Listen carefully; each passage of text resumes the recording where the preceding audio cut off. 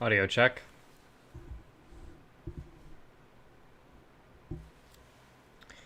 Can everyone hear me?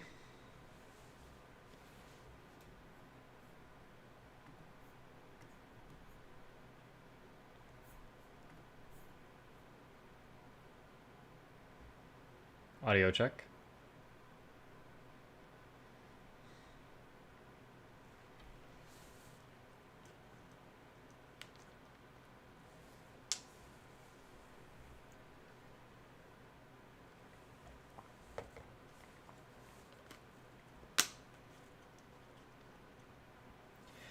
All right.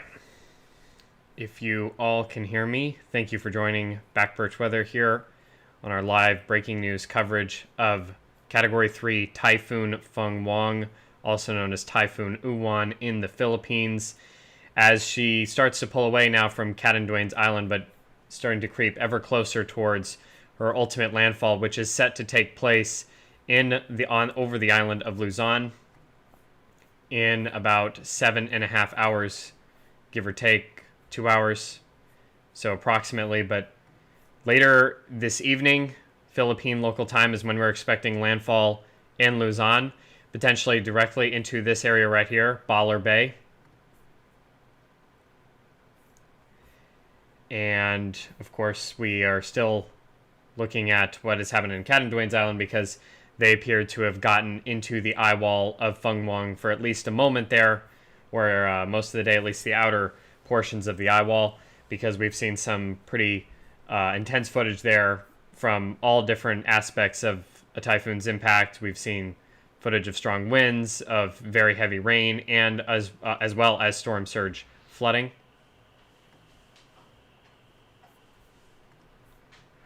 So already seeing some pretty significant impacts in the Philippines from Fung-wong, even though we haven't hit landfall yet.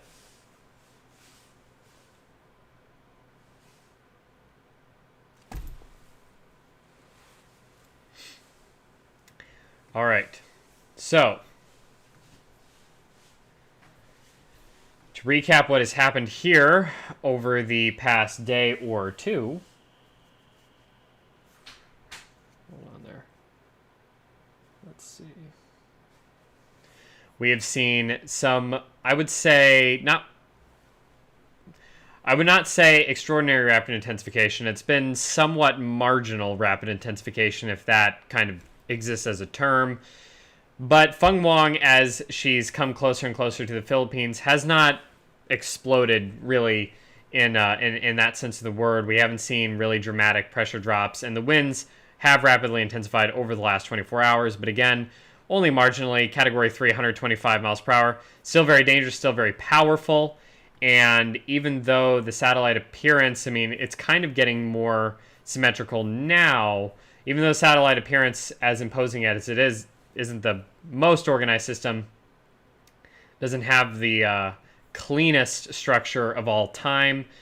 I do think that this storm is packing a pretty good punch, despite that somewhat messy satellite appearance. So don't let all appearances deceive you. I think Fung-wong packing a pretty good punch there, and that very large eye wall of hers, and we can see that here when we initiate radar. So the radar beams here are a little jumbled because of the mountains in the Philippines, but all in all, we do have a pretty robust inner eye wall structure here. But most notably, it is a very large eye wall, and this is not a post-eye wall replacement cycle core either. This is just the initial core that Fung-wong set herself up with. And that's pretty notable because it's unusual for storms in their initial intensification phase, or their initial organization phase, I should say, to have such a massive eye wall as Fung-wong has for herself here just in the early going. The reason that's rare is because usually when the core vortex, when that low pressure vortex starts to form and you have those first spurts of convection that really kind of start stacking the layers of the system and kind of get it going, usually that's a more compact inner vortex when that happens. So, but that's not what's happened here with Fung-wong. The initial organization, the very first core that she has built herself around, was very, very large, and it remains a very, very large core. So while that's bad in terms of the impacts being more widespread, right? A larger system means more people in the Philippines are going to be affected, and we're already seeing that to an extent, because if Fung-wong had had a smaller core and she had taken this same track, then the island of Catanduanes, right here, might have had a lot less substantial of impacts, because we've seen they've had some serious storm surge inundation, very strong winds, and heavy rainfall in Catanduanes. But that might not have happened if this was a smaller core system and the eye wall had stayed just offshore. But with Fung-wong, that's not the case. So even though she did not make a direct landfall over Catanduanes Island, they spent a really, really long, really decent amount of time in the eye wall, or at least the outer portions of the eye wall, starting on the southwest quadrant, and now as the storm is pulling off to the northwest, still kind of lingering in that southeast quadrant, which might be a little bit weaker. But on terms of intensification, having that larger eye wall has hampered Fung-wong to an extent. It's basic physics. The larger a storm is, the larger a storm's core is, the lower the pressure has to be, the more energy there has to be to spin up the winds in the same to the same strength as a smaller core system would have, and also just the laws of inertia. It takes a little bit longer for these really massive core systems to get going, and that is what we've seen with Fung-wong here. Where the large nature of the eye wall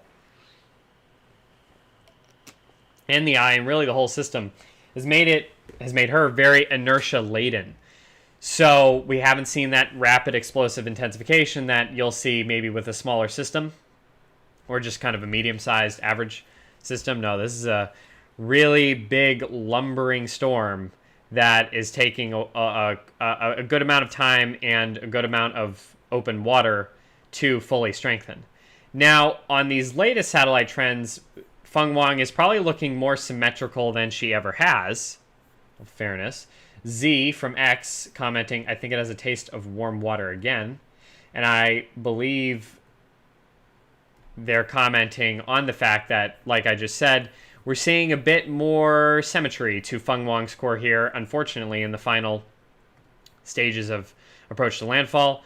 What this typhoon hasn't been lacking is exceptionally cold convection and really powerful thunderstorm activity. Multiple times throughout today and then earlier, late yesterday, multiple times we saw the cloud tops in Fung-wong bursting up 50,000, even 60,000 feet upwards into the atmosphere, and then really kind of maxing out the infrared satellite imagery scale. We saw a lot of pink and white colors on infrared. This is infrared. This is a different color scale, though. This is the coldest cloud tops, which is defined by -100 Fahrenheit and colder. Those are those dark maroon colors. But on other satellite scales, they use the pink and white coloration. We've seen those colors literally maxed out, which is pretty rare, even in the West Pacific, to have so much, really deep and frigidly bitter thunderstorm cloud tops as we've seen in Fung-wong here. Not often. So the thunderstorm intensity has been off the charts. There's no question about that. What there have been questions about is just how well organized the system could be when the eye still, even at this moment, not exceptionally clear, and nothing like, for instance, the last time we were live streaming with a typhoon in the Philippines, it was Super Typhoon Regasa Nando back in late September. And fortunately, Fung-wong is nowhere near as strong as Regasa was, because he got all the way up to Category 5 strength, even 165, 175 miles per hour, and had that huge, did have a very big eye. So this is not the first time this year we've had a typhoon with a huge eye affecting the Philippines. But this eye is much different. As you can see, it's very much so more what you would expect with a Category 3 storm. It's not perfectly clear. It's not this outstanding stadium effect that's really crisp and you can see sloping down into the eye. And while we're maybe seeing some little glimpses of the ocean, of the Pacific Ocean surface below, it's not the warmest or clearest or driest of eyes. There's a lot of clouds in there, definitely a lot of low-level clouds swirling at the bottom. Had some interesting formations with that too a little bit earlier. I'll show you guys that in a moment. Z commenting, smaller storm could have been affected more by shear and dry air, which of course is very true. Smaller storms are more vulnerable to those environmental factors like wind shear and dry air intrusion, but at the same time, they can intensify faster if they're able to ward off those hostile conditions. So that's kind of the trade-off there. You have small, big storm. Small storm is more vulnerable, but it can also go up and down intensity much more quickly, whereas a large storm can fend off wind shear and dry air more effectively, but also is going to intensify slower.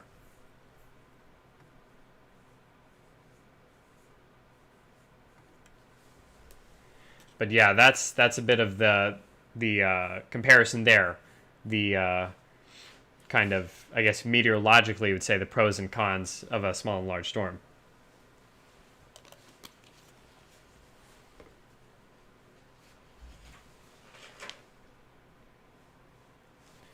All right, let's see here.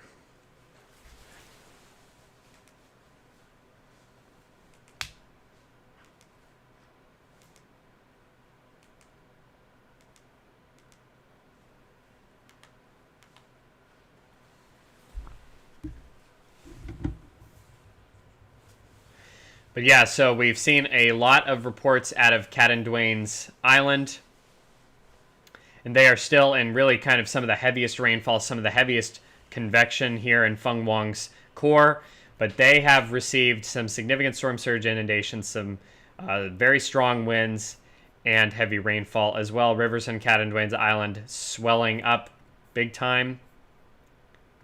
And we do actually have a bit of footage here for you. So normally we can't show footage here unless we get permission, but awesomely, Hillbilly in the Philippines on X gave us permission to show this footage, which he took 2 hours ago in Albay in the Philippines. So this is from Typhoon Fung-wong here. And here's some of the scenes in the Philippines just a few hours ago.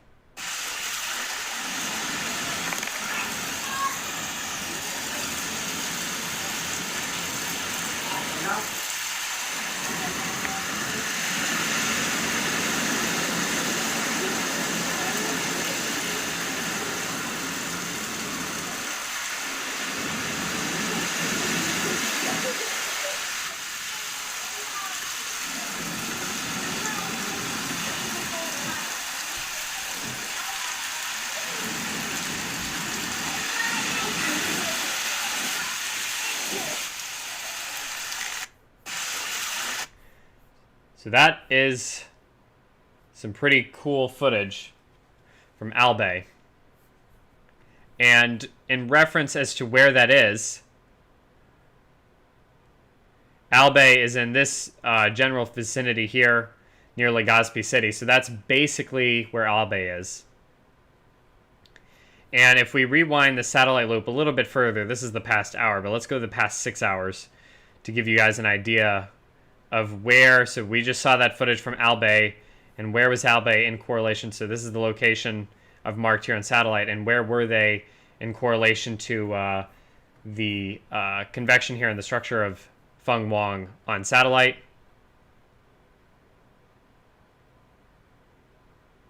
So here are the last 6 hours. And as you can see, they did not get into the eye wall, right? So Legazpi City did not get into the eye wall of Typhoon Fung-wong, but they were just outside of it and really getting lashed with some of those very heavy rain bands.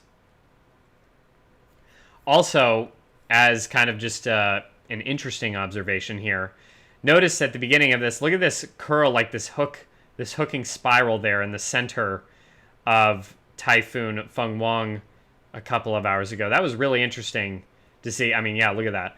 So this is, like I said, not the clearest of eyes, not a super steep stadium effect, not the most well-defined core you've ever seen, but some very interesting low-level cloud swirling, I guess. Some very interesting low-level patterns here with the low-level clouds in that kind of murky, opaque eye of Typhoon Fung-wong over the last couple hours, including right there that kind of almost looks like a tornadic hook echo. It's not a tornado. It's not a tornado, but just appearance-wise, kind of looked like a tornadic hook echo inside the eye as it was kind of swirling and spiraling around, possibly being affected by some mesovortices in that very large eye wall of Fung-wong. Of course, the eye wall, the strongest part of the storm, is the area tightly encompassing that eye.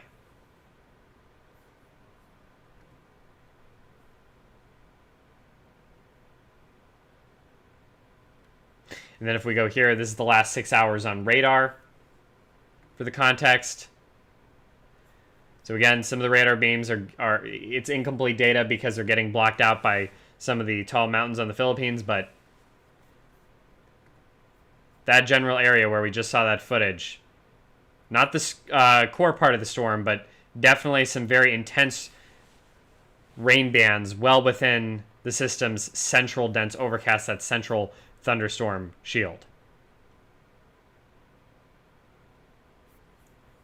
And I'll show you guys one more time that footage. This is in Albay again. This is the location of where this footage was taken, right here next to Legazpi City. And this is where it was taken in correlation to, well, and then almost 2 hours ago, so I can get that exact moment basically for you. So at this moment, and this makes sense, basically at this moment you can see, here's the eye wall, right? So if I move that real quick. Here's the eye wall of Fung-wong, and there's that kind of tornadic hook echo swirl, that really interesting thing noticed earlier at the center of the eye. But so here's the eye wall, right? This is the strongest part of the storm. At this moment, Catanduanes Island was still well within the eye wall, but then over here you can see, so that's outside of the innermost ring of thunderstorms, where those Category 3 sustained winds are located. And there's even a bit of a dry air moat between the eye wall and this very large and robust banding feature. So just from this banding feature alone, again, approximate location of where this footage was taken. This was at the moment 2 hours ago. At this moment on satellite, this is what it looked like on the ground at that marker.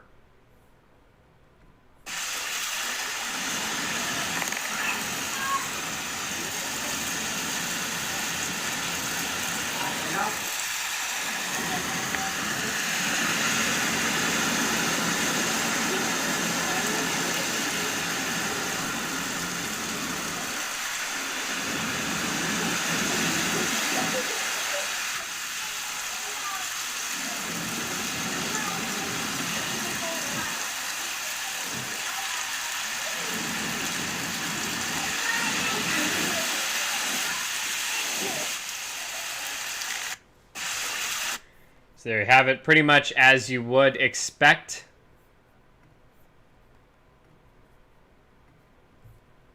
From being that close to a Category 3 typhoon.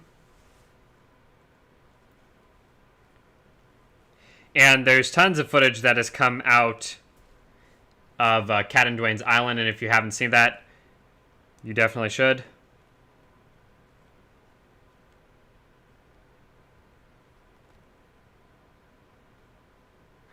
We have much of that on our X feed at Backperch Crew. We've reposted a lot of that.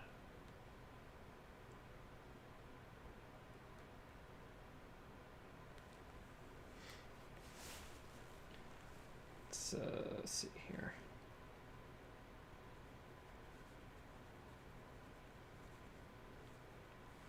Alrighty.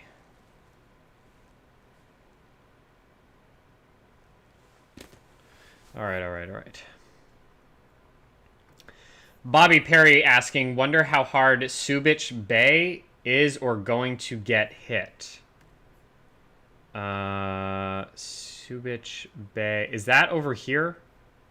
I think it is, maybe. Subic Bay.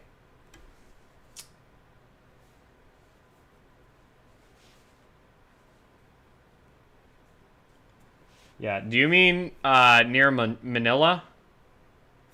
Bobby Perry? Well, if you're wondering, I think that's the Subic Bay you're talking about. If you're wondering, then how hard Subic Bay is going to get hit, well, at this juncture, since we're monitoring definitely in real time here, the potential of a southern jog if Typhoon Fung-wong is trending towards the south of her track. We're definitely going to have to watch that over the coming hours, because if she jogs too far south, then Quezon City and Manila, obviously, those are mega cities in the Philippines with tons of population there and tons of homes there and other structures. If Fung-wong trends too far to the south, then they could obviously get more severe impacts, maybe even get into the eye wall. That's not currently forecast, but we're definitely watching for that. Right now, landfall is looking like it's going to occur in Baler Bay right here, and we'll get to the specifics of what that landfall location could potentially mean as far as impacts go in just a moment. But as for Subic Bay, which I think what you're talking about is this area right here, and if that is indeed the case, then they could, if the forecast holds. So let's open here. Lost track of. Okay, so this is the Joint Typhoon Warning Center's latest forecast cone, and there you see they're anticipating landfall to be just south of Baler Bay, actually. So that is a result of some of the southern jogging movement that we've already seen. So maybe a little bit just south of Baler Bay, but as you can see, if Subic Bay is over here, that's what we're talking about, then they can pretty much, at this point, at least that we know of right now, expect impacts like the video that we were just watching moments ago, which was taken near Legazpi City. Very heavy rain, some blustery winds, definitely wind strong enough to knock over trees, so you got to watch for that. Maybe some storm surge, or maybe not storm surge, but kind of like coastal flooding, maybe a little bit coastal inundations, definitely some rough waves. Yeah, I think that's the general area you're pointing to there, Bobby Perry. But yeah, and for them, as long as there's not... Wow, that scared me. Holy cow, I jumped so bad. In terms of what you could see over here on the west side of Luzon near Manila, maybe a little bit like the impacts in the video we just watched from Legazpi City about 2 hours ago.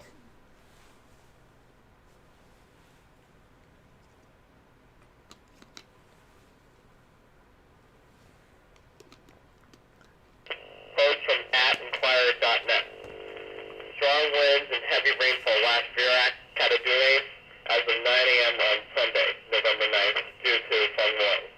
The province is now under Signal 5. All right. There's our first update from Spinny there.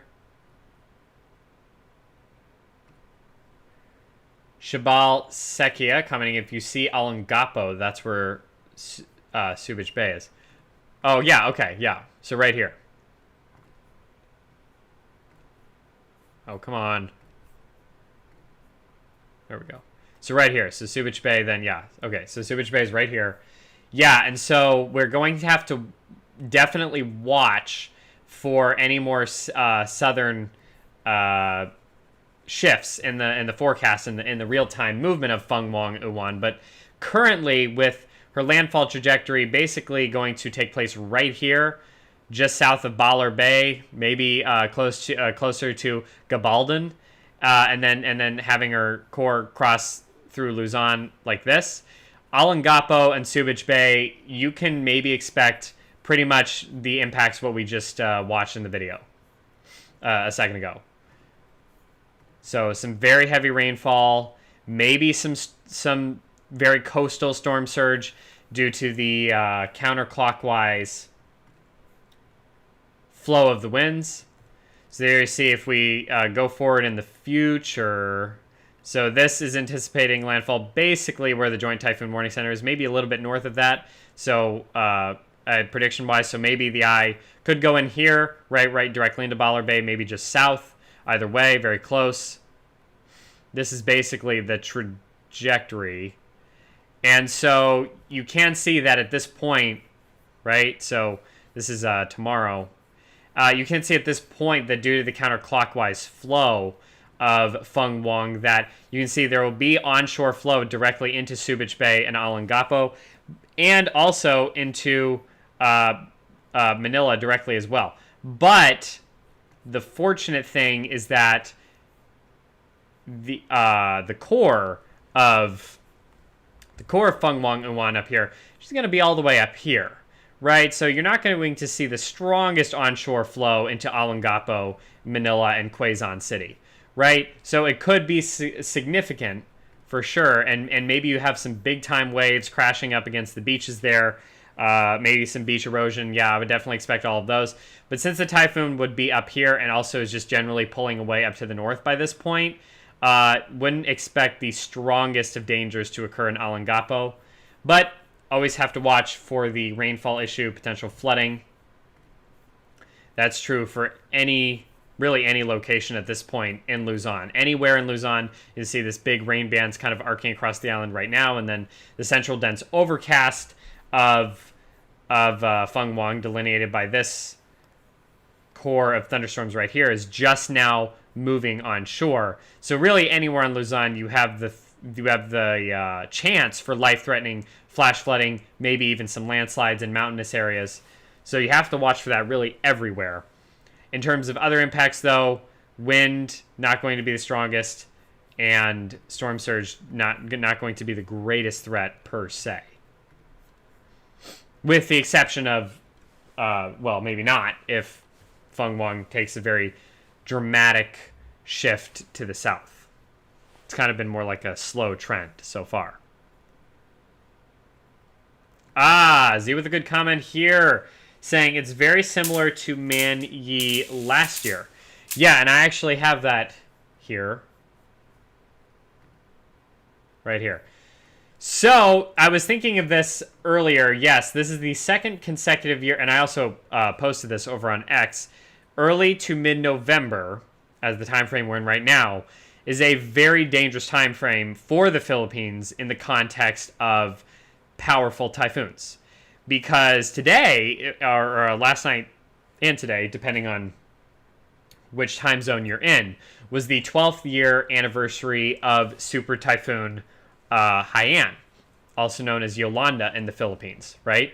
That, of course, being the worst storm really in Philippine history, over 6,000 fatalities, and a landfall down further south on the island of Leyte, and it was in Tacloban City where this really tsunami-like storm surge and 180 plus mile per hour winds just totally destroyed everything near the waterfront and caused the biggest typhoon disaster in Philippine history.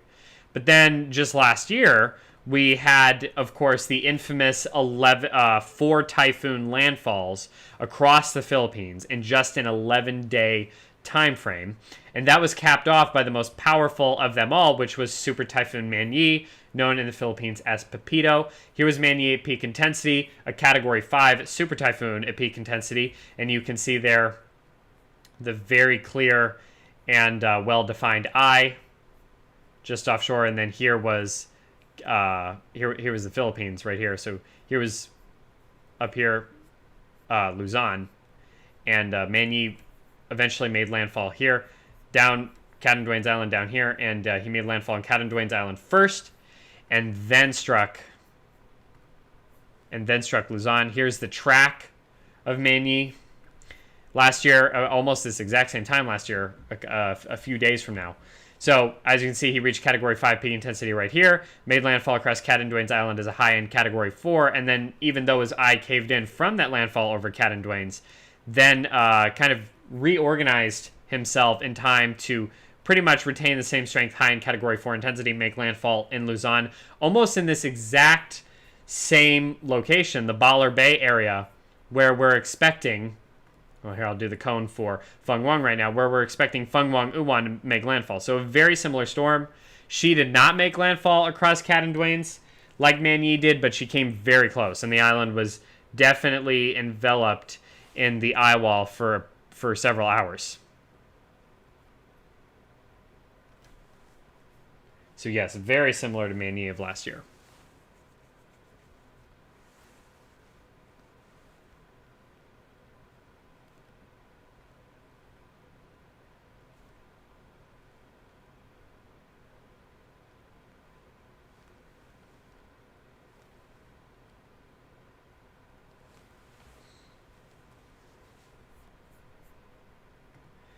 Benger commenting, hi, good morning. Good morning to you too, Benger.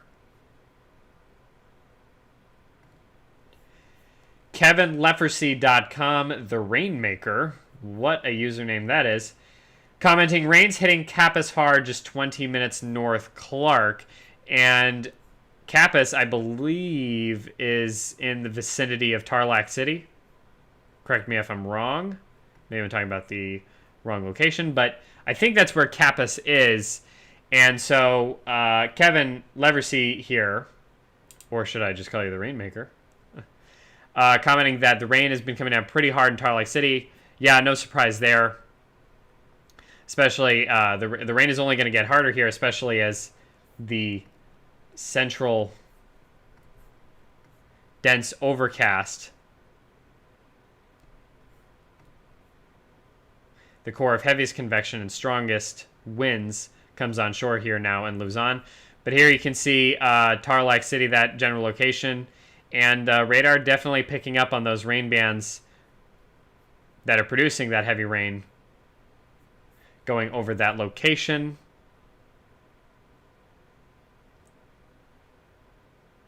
And this is where the threat, again, anywhere in Luzon for landslides and flash flooding becomes present. Ghost Bot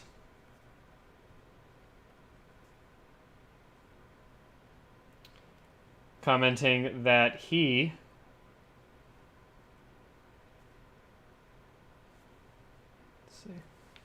is in Clark. Is Clark near Tarlac City, guys? I think it is.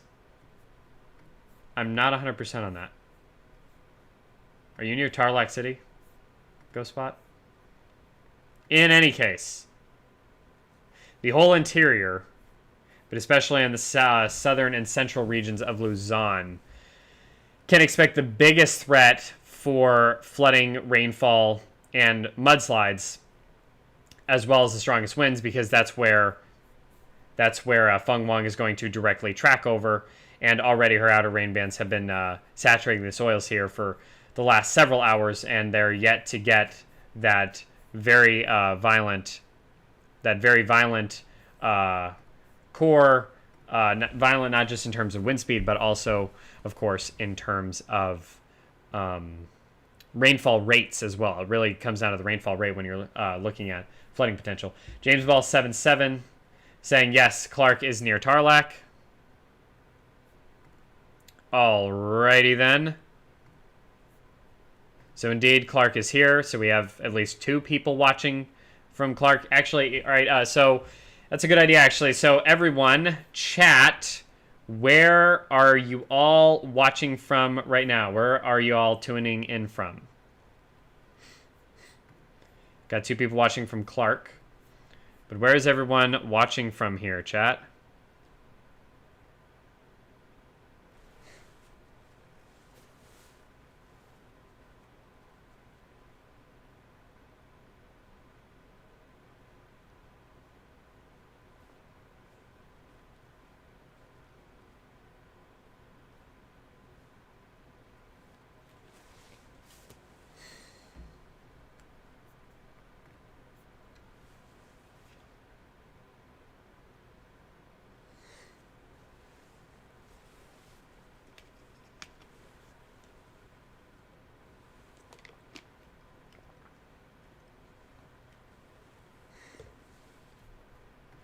Pogo watching from the US. Banger saying he just got back from church and from having lunch near Manila. Banger commenting from the Manila area that the weather's calm for now, but it was raining heavily here minutes ago. And that makes sense. Look at that.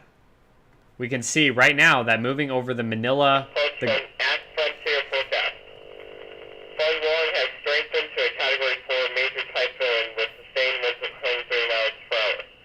Really? This large, strong typhoon is causing widespread impacts across northern and central Philippines, with heavy rainfall and gusty winds.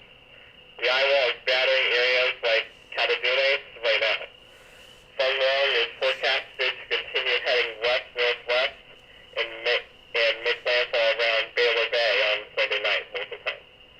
Life-threatening winds, storm surge, and landslides and flooding are the main concerns. We hope everyone has sought shelter.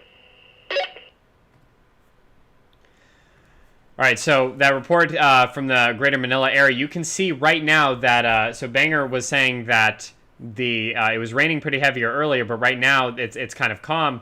Well, that's because look at this dry slots, this big entrainment of dry air, and which is kind of sapping the thunderstorm activity, sapping the atmosphere of its moisture in this particular location, trying to kind of swirl into the circulation of Fung-wong. That is now moving over the Manila area. All these greens and blues, these are lighter clouds, not as deep as convection, very shallow, and that would definitely explain why Manila is kind of in a period of calm for the moment. Simone watching from Cavite. Canatoton watching from Lingayen.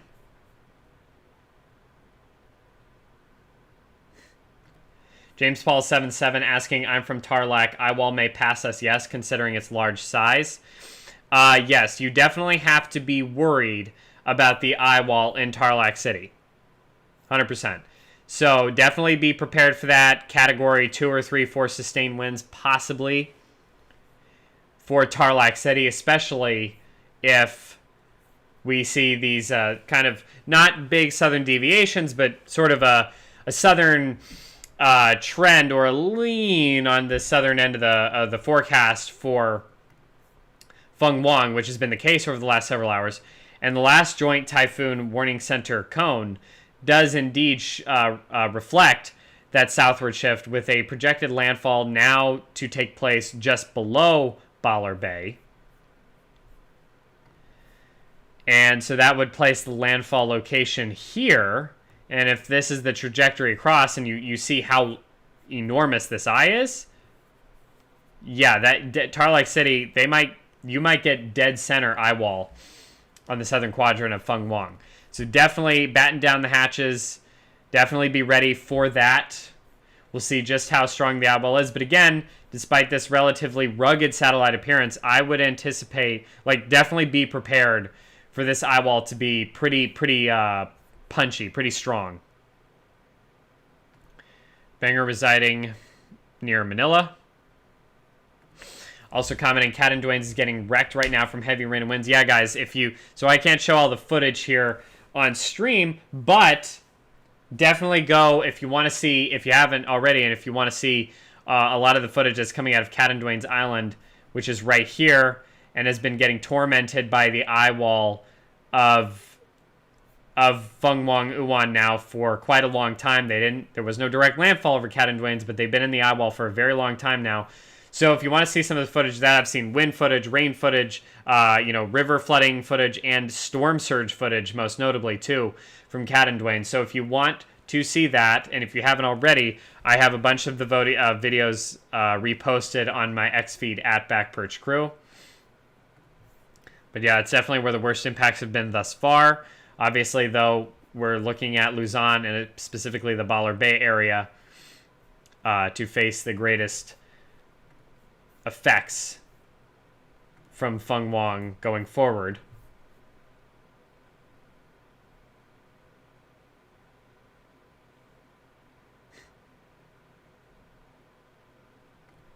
Adam Lila commenting, flying into Manila Monday late evening. Do you think we will be affected? Well, Monday is the day after, right? So if you're asking if your flight into Manila is going to be affected, I really don't know, because that's going to depend on whatever decision they make based on the duration, based on how badly Fung-wong ends up impacting the city.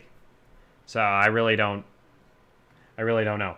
Laura LT Windsor watching from north central Ohio, 15 miles south of Lake Erie. Ooh, that's pretty cool.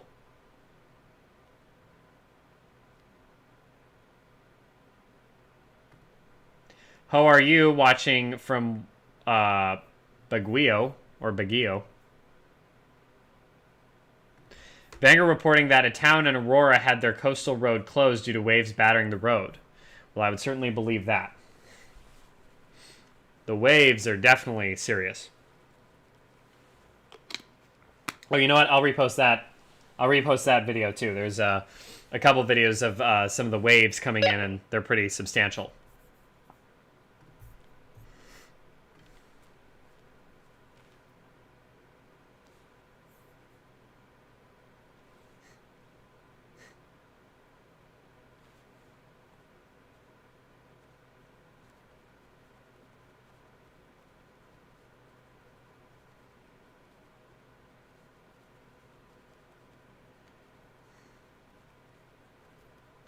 Post from @Philippine Star.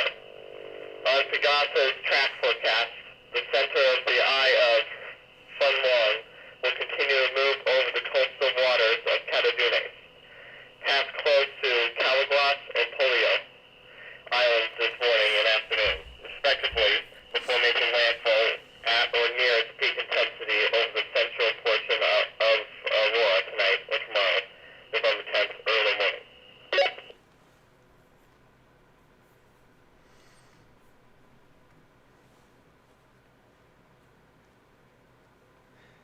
So let's see here if I can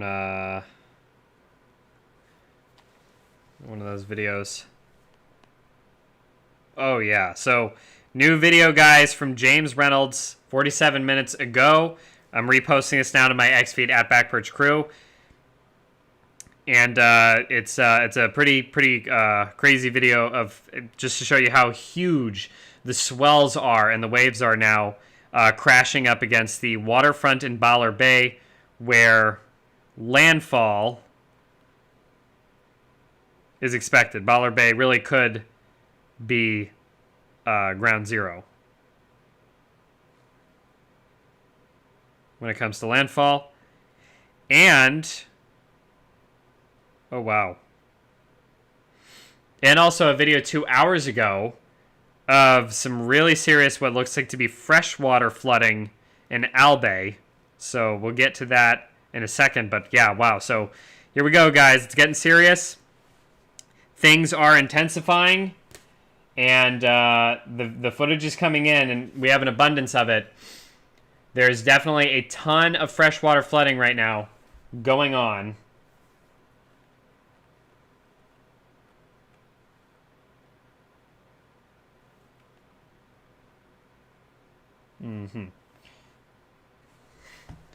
So definitely freshwater flooding and huge waves crashing up. Just moments ago, getting footage of that here in Baler Bay. No surprise there. The wave heights are really extraordinary here with Fung-wong here. As you can see, they're estimated here. This is only an estimation, but waves breaching 13 meters in height, or 43 feet. So just absolutely mammoth wave action right now going on outside here at the core of where Fung-wong is churning. And that makes sense because really big storms like her, remember, this is a very large Category 3. Yeah, it's not a Cat 4. It's not, or, well, I mean, it could be getting close to Cat 4, I think. We're going to have to wait to see that on the next update if we have an official upgrade to Category 4 status. But no, it's not a Super Cat 5. It's not like sub 900 millibars or anything crazy, outstandingly crazy like that. But this is a very large Category 3 storm.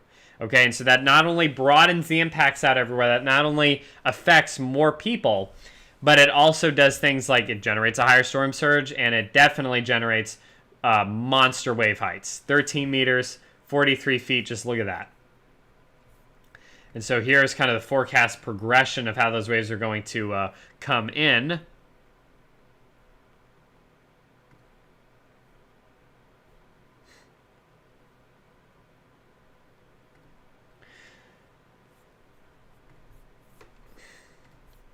And there you can see this is to the north of the landfall location exactly, because that's where the onshore flow, right? That's where the winds are going to be pushing onshore. So that's the same time frame, right? Same time frame. And you can see these very forceful winds here pushing onto the east central coast of Luzon, and everywhere along this coastline, you could see really monstrous wave heights coming right on shore. I mean, look at that. 37 feet, 11.3 meters. My goodness.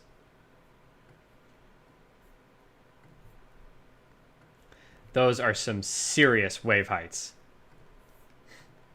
Just huge swells. And Banger, going back to Banger's comment about a town and road, had their coastal road closed due to waves battering the road. If you go to that last video posted by James Reynolds, you can see that. You can see just how massive the swells are.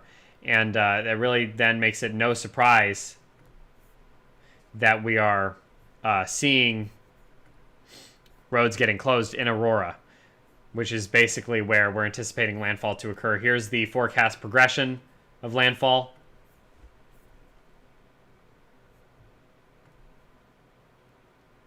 Ghostbot commenting, there is a lot of Americans on the ground in various locations. Yep, storm chasers have really congregated here in the Philippines. Never a good sign, though. Laura LT Windsor, please be safe, everyone. Absolutely. MG commenting, thanks for the work you do. Watching from New Hampshire.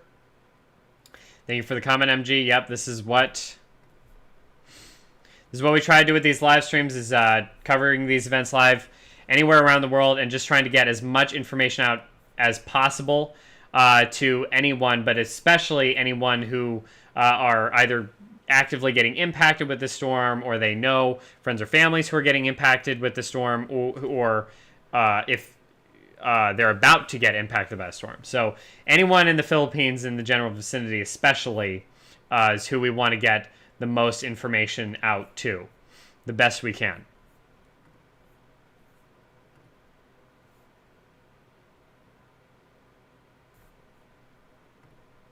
Chris, thank you, Chris. So again, I'll play this again. This is basically what we're looking at now, real time. And here's the forecast progression of the I wall of Typhoon Fung-wong, generally where we're expecting this to make landfall on the Aurora region, the Aurora coast of Luzon. Either directly into Baler Bay or just south of it. And so what does that mean for the landfall location? Of course, we have so many different areas to cover here. But with a landfall expected basically along this track line, right? So remember, landfall delineates when the center of the storm's eye crosses shore. If we have the eye coming in right here on the along the Aurora coast, just south of Baler Bay, then what does that mean? Well, since the circulation, if I back this up here to the potential moment of landfall, since you can obviously see the direction of that counterclockwise circulation, it's really important to pin down where that northern quadrant of the eye wall comes ashore, because that's where we're going to have the greatest chance for storm surge inundation. So if the eye takes a track just south of Baler Bay, well, that is pretty concerning for people along Baler Bay, because that means that the northern eye wall, with the winds flowing this way, is going to funnel directly into Baler Bay. Right? This is the general direction of the winds. So if we zoom in here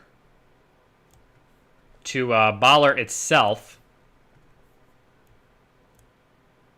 So here's Baller. And this is the forecast.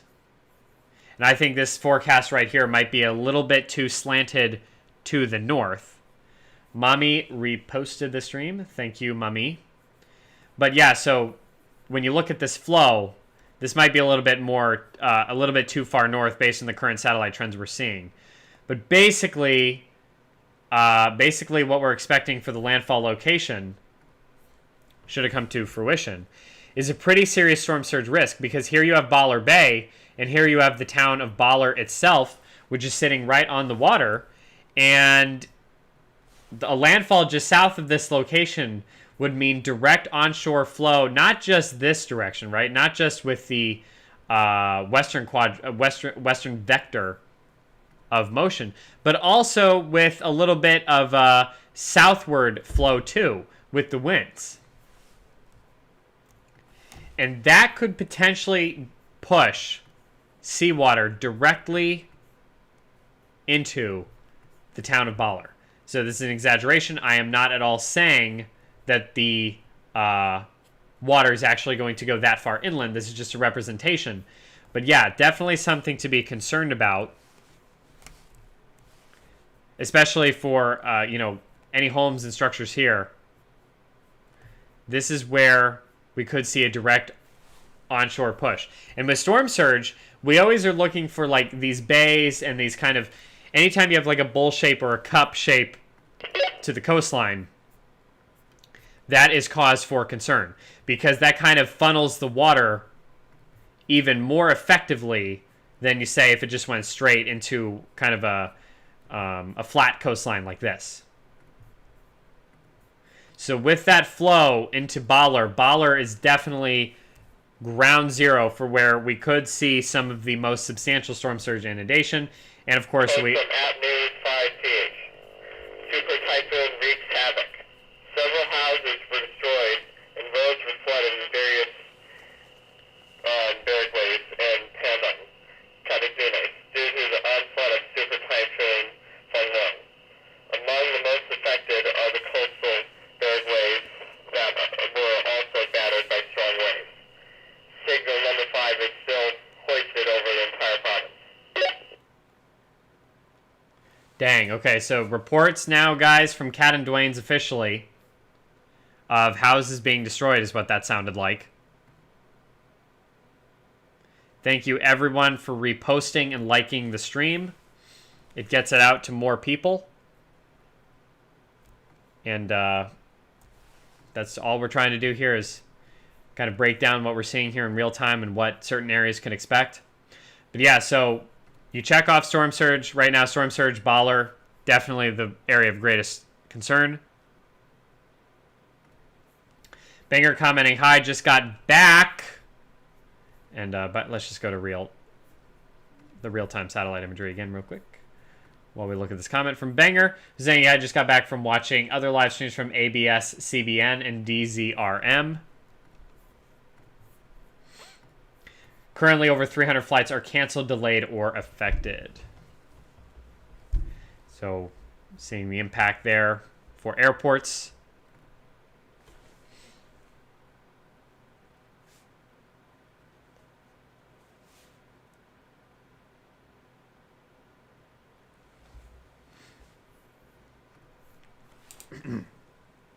So that checks off where we're seeing the greatest storm surge potential. Of course, also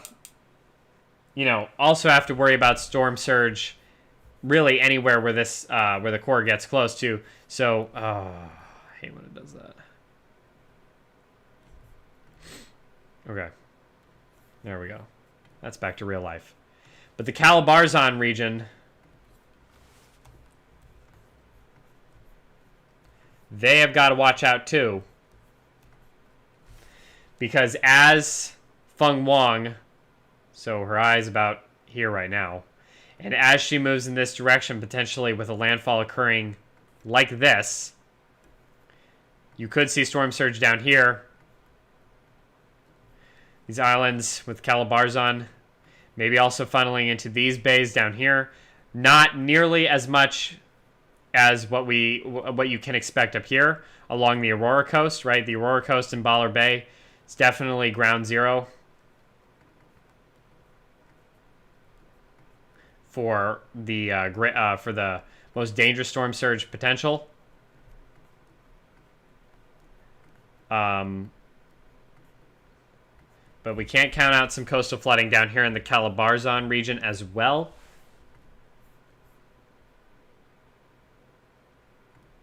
Bobby Perry saying, just pop back in. Glad to see your comments, etc. are cooking along now. Yeah, if anyone has a comment or a question, feel free to ask it. We will do our best to answer. Banger commenting, low-lying areas, especially in the mountain regions, are at risk. Okay, so that's a storm surge, guys. That's what I'm talking about, the storm surge. But now I want to talk about the rainfall threat, because we just saw only a couple days ago Typhoon Kalmegi, known as Tino in the Philippines, Kalmegi Tino, what he did in Cebu Island, not saying that's going to happen again, but of course, Kalmegi causing really a disaster in Cebu City, where a massive flooding along the Mananga River, among other areas, have claimed over 242 fatalities. Very tragic.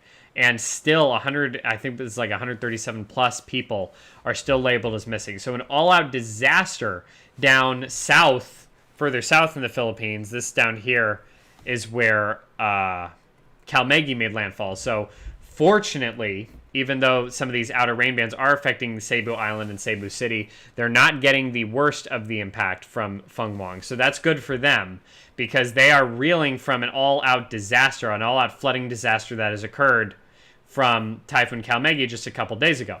And the thing about the Philippines is that there is no other country in the world that faces more tropical cyclone landfalls than the Philippines. And they also have experienced some of the strongest tropical cyclone landfalls in history. Of course, we were just talking about the 12th anniversary of Typhoon Haiyan here, which is occurring today, yesterday, depending on the time zone. So the Philippines are very, and its people, they are very, very used to this, right? They're very experienced with preparing well and battening down the hatches for powerful typhoons, especially ones in this kind of intermediate range, Cat 3, Cat 4. They're ready for it, right? But at the same time, right? So at the same time, even though much of the Philippines are very well prepared for storms like this, like Fung-wong, there are also many towns and cities in the Philippines that are exceptionally vulnerable to rain-related impacts, in particular, flooding. A lot of that is due to all of the mountainous terrain, right? The Philippines being a very mountainous and volcanic archipelago in the Pacific Ocean. So there are a lot of mountains and a lot of different towns and cities and communities situated in and around these mountains. And so what that causes is a critical vulnerability, as prepared as they are for the winds of typhoons. They do, many places do have critical vulnerabilities to flooding and landslides and other rain-related impacts like that. And we just saw that with Typhoon Kalmegi. I'll get to the specifics of that and the aftermath of that storm there in a second. But Banger brings up a good point here with the potential rain-related impacts. For that, I'm going to go to this right here. So we can't show most footage, but we got permission from Hillbilly in the Philippines to show this footage. This was now 3 hours ago in Albay, Philippines right now. And the reason why this is notable is because, let me do that here real quick. I just now, so I'm doing it right now, just now reposted a different video of very fast-flowing and very dangerous-looking floodwaters in the Albay region of the Philippines. So not in this exact location, but in this general area, right, again, near Albay. We are now seeing subsequent footage of very dangerous and very fast-flowing floodwaters being incurred from the heavy rainfall. So again, this is from Hillbilly in the Philippines. This is what it looked like 3 hours ago. They didn't get into the eye wall of the storm, but they did get into the very heavy rain bands. And here's some of those rainfall rates for perspective.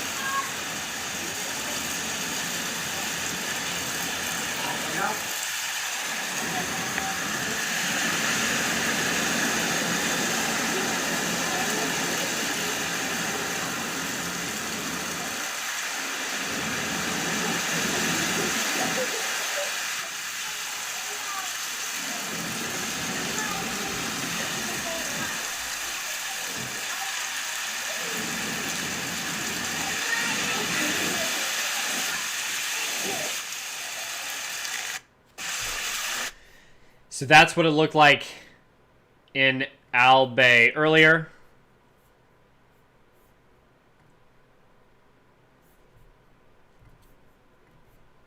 And we are now seeing confirmed footage subsequently of some very serious floodwaters in more low-lying areas of that region. So some very serious and life-threatening flooding is already happening.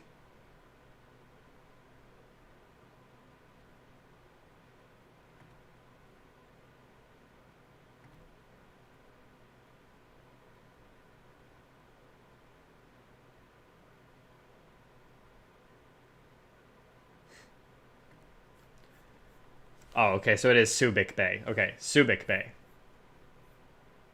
Thank you, Bobby Perry, for that. Subic Bay. According to the Provincial Disaster Risk Reduction and Management Council, communities in Aurora are being closely monitored and prepared for intense rain, strong winds, and possible landslides and flooding. All residents are advised to remain in their evacuation centers or safe locations and to follow the guidance of local government authorities. Government agencies, police, and rescue teams are also continuing their coordination to ensure a swift response in times of emergency. The public is urged not to travel and to continue monitoring official announcements for additional information.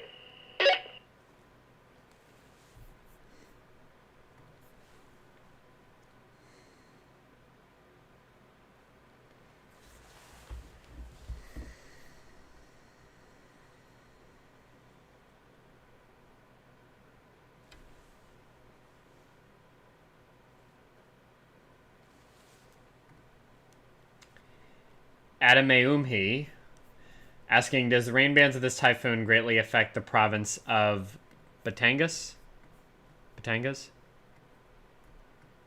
So that's just south of Manila, correct?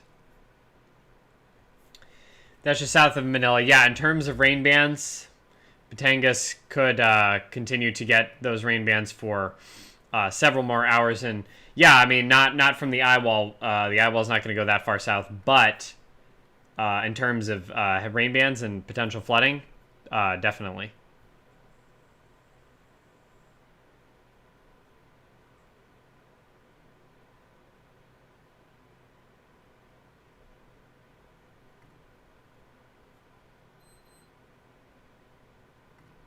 Okay, yeah.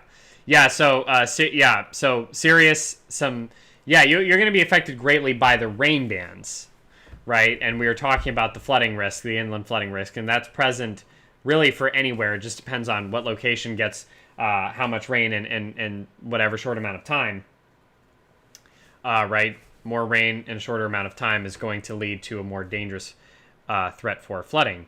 But in terms of the eye wall, that location should be safe from the absolute worst of the storm. MG asking a pretty good question. What is the significance of the spiral hook inside Uwan's eye? And so I'll rewind the satellite loop so we can get a look at that, because that was crazy. That was crazy wicked looking. Okay, so earlier, right there.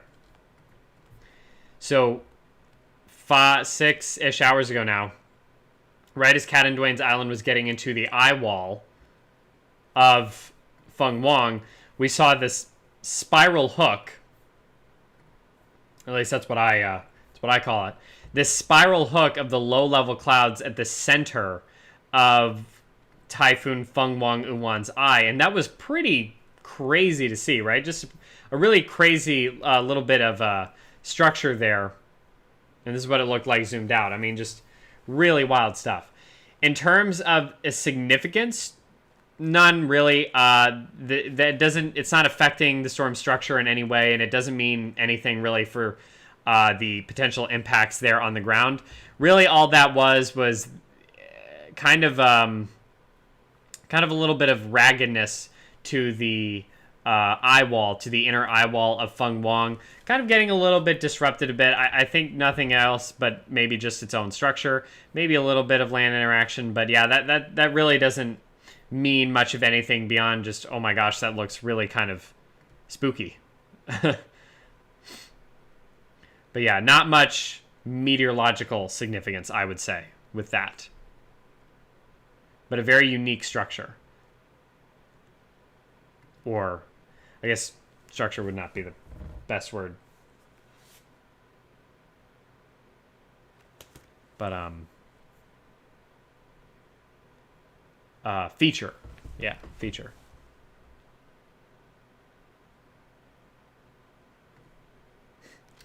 Banger commenting, it's really unusual that the eye of Fung-wong is ugly, maybe?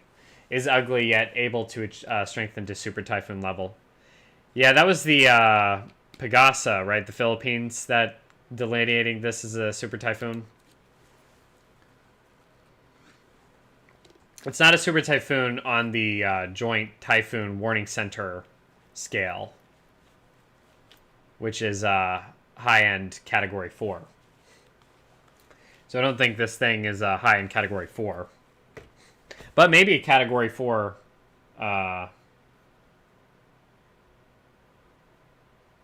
maybe a low-end Category 4, perhaps. A high-end Category 3 as of the last update we got from the Joint Typhoon Warning Center. Which is what I'm basing this here off of, these 1-minute sustained winds of 125 miles per hour. But like I said, you overlay this system with radar, and that is a pretty strong eye wall there. Very large, a very strong eye wall there on radar. And you can see where it's been tormenting Catanduanes Island now for a very long time. Catanduanes maybe only just now starting to get outside of that core of strongest winds.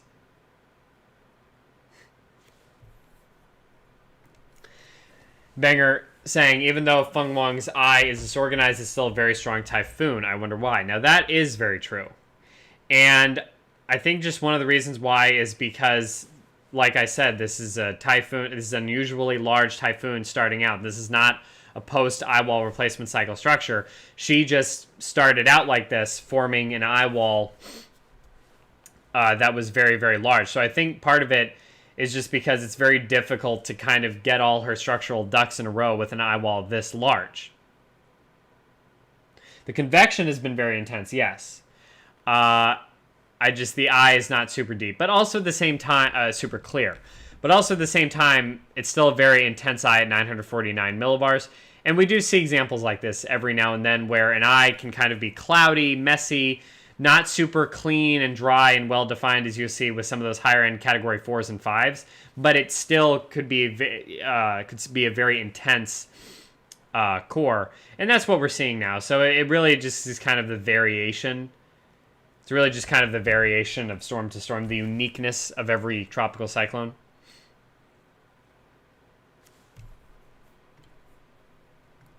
But it is at least notable, yeah, that it's not the best eye you've ever seen. And that's good news, but like I said, don't do not let appearances deceive you fully, because this is still a very powerful storm. And the waves and the storm surge, we're already seeing huge wave heights. Now just offshore and getting closer to the Aurora coast, waves potentially cresting over 40 feet, 13 meters. And that is coming in quickly now to the Aurora coast of Luzon, and specifically Baller Bay, where some of the worst storm surge flooding could take place.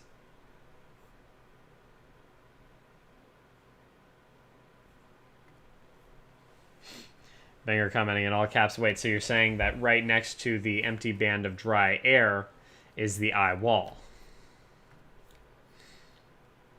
Yeah. So Banger is commenting from the Manila area, and you can see right here. In fact, there's such a dry air entrainment, not unusual for spiraling for very spiral rain band and prevalent structures with tropical cyclones that have all these different kind of that buzzsaw appearance, all these different spiral rain bands. It's actually so dry here that over in this area of Luzon, they're actually near Baguio, which we had someone watching from earlier. It's so dry here that there isn't even any convection, isn't even any hardly any clouds here in this location. And that dry air swirl runs all the way down to the Manila area. So, yes, on the other side of this dry air entrainment, Banger, is the eye wall, but I don't think that means the eye wall is going to hit Manila. I think Manila will still be spared the worst unless we still keep seeing that southward jog, which we're going to have to watch here because, man, I don't know. I think Fung-wong is still kind of trending to the south. Super Typhoon Fung-wong triggered storm surge in Dingalan, Aurora, destroying homes and overturning boats along the coast. More storm surge reports in Aurora.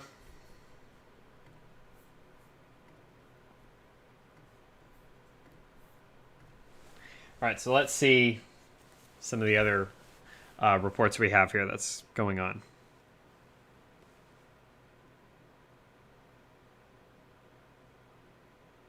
Again, major waves, footage of that in Baler Bay, and then major freshwater flooding in Albay, Philippines.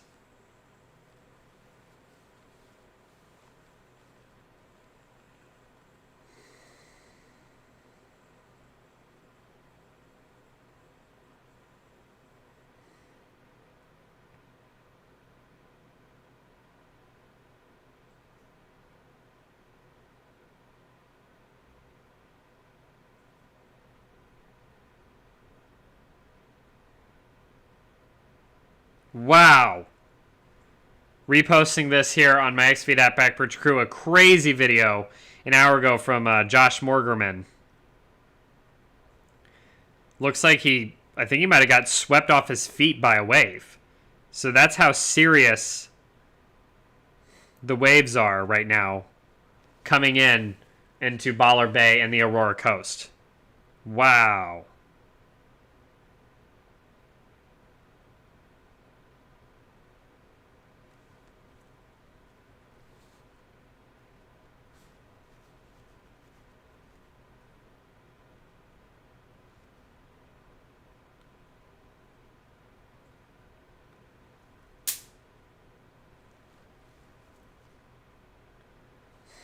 Oh, man. All right, guys. Looks like some heavy flooding. What is this? Storm surge flooding?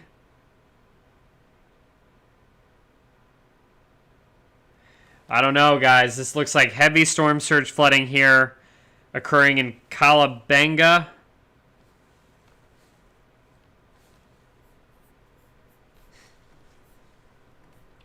So, right here, I think, is where this footage is from. So now we're getting reports of some very serious storm surge flooding funneling into this bay right here, into the Calabanga area.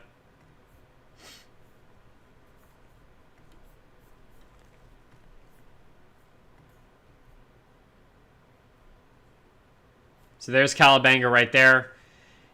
And looks like we're having some serious reports of storm surge there. Some confirmed footage of what I believe is storm surge flooding in Calabanga. So huge waves hitting the Aurora coast and confirmed storm surge happening right now in the Calabanga area.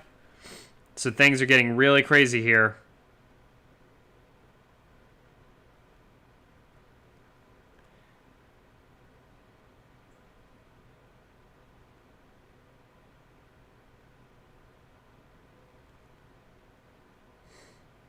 Really ferocious freshwater flooding here. More video from Albay. Whoa, whoa, whoa, whoa.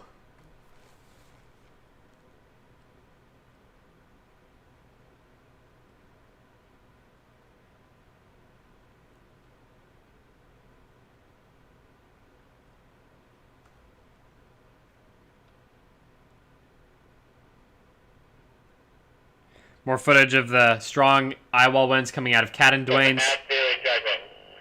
Over 100,000 people have been evacuated across eastern and northern Philippines as Super Typhoon Fung-wong intensifies. Torrential rains, destructive winds, and storm surges have battered several provinces, forcing mass evacuations and 300 flight cancellations. Authorities warn of catastrophic flooding as the powerful system heads towards densely populated Luzon and Metro Manila.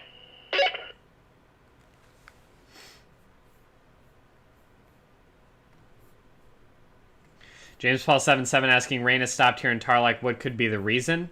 The reason is because, look at that. Tarlac City is dead center in this dry slot. So a lot of people are reporting that the rain has suddenly stopped. This is not unusual in spiral banding, in typhoons that have such prevalent spiral banding. There is a massive dry slot here. This entrainment of dry air that's kind of getting sucked into the system here on right across straight through Luzon, and Tarlac City is at the center of that. Okay, so that is why the rain has stopped there in Tarlac City. You are in the dead center of this dry slot, but once this thicker convection here, these maroon colors, this heavier rain, once that moves in, the rain is going to get much heavier. So the rain is going to pick up again soon. Do not be fooled by this sudden stop in rain here across multiple areas in Luzon as this dry air kind of parches the atmosphere and takes the moisture content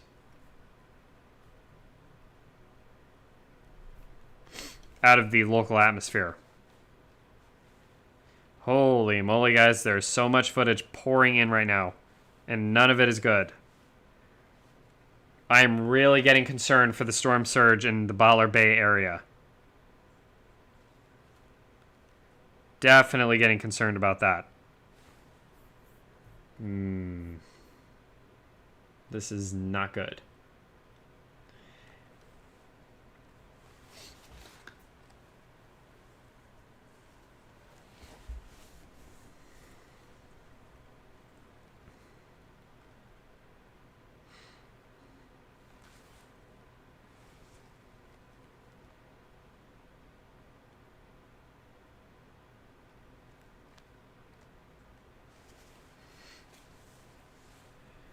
Major freshwater flooding and some of the early beginnings of the storm surge inundation are ongoing. MG asking, my family is in Tabac City, Kalinga province in the northern Philippines. Any insight for that area, please? Up here, right? Tabac, yes. Okay, so here's Tabac City. Boop, right there. So, based on the current forecast, Tabac City should avoid the eye wall of Fung-wong. Fung-wong looks like she's going to make landfall south of Baler Bay. And the eye wall is going to maybe get up into Bambang and Medela and Baguio. Maybe. But even those areas might be on the very northern edge of the eye wall. So, Tabac City being all the way up here, they should definitely be okay from the strongest core of winds. But like many other locations across the Philippines, they just had this really heavy band of rain coming in. They're also now in that dry slot too, so maybe no or minimal precipitation occurring right now in that area. But pretty soon, another heavy round of rain bands is going to come through as Fung-wong gets closer and closer and closer, and as she makes landfall and crosses Luzon. For Tabac City, again, you got to watch out for the rain-induced impacts, the potential landslides, and the flash flooding. That's going to be what we're worried about in Tabac City. Rain-related impacts for that location.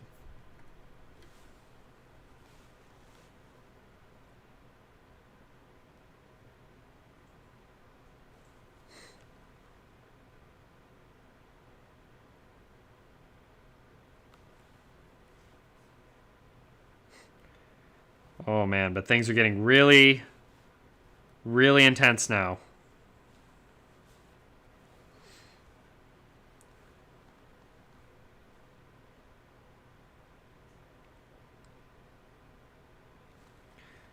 Reports of the impacts are flooding in.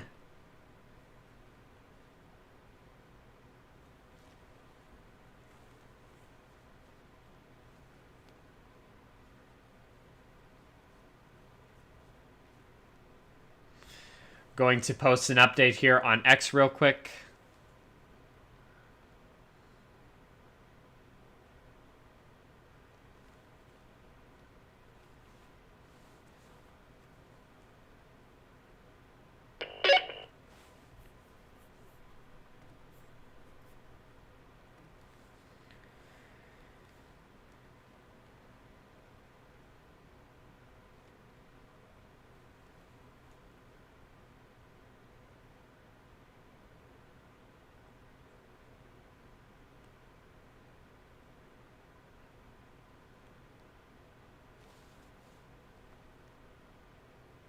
Post from App Filipino today. Super Typhoon Fung-wong brings heavy flooding to Catanduanes. The section of Barangay, Cagan, Central, Virac, Catanduanes has turned into a sea due to the continuous heavy rain, gusts of wind, and storm surge brought by Typhoon Fung-wong this Sunday, November 9th. The entire Catanduanes is currently under signal wind level 5.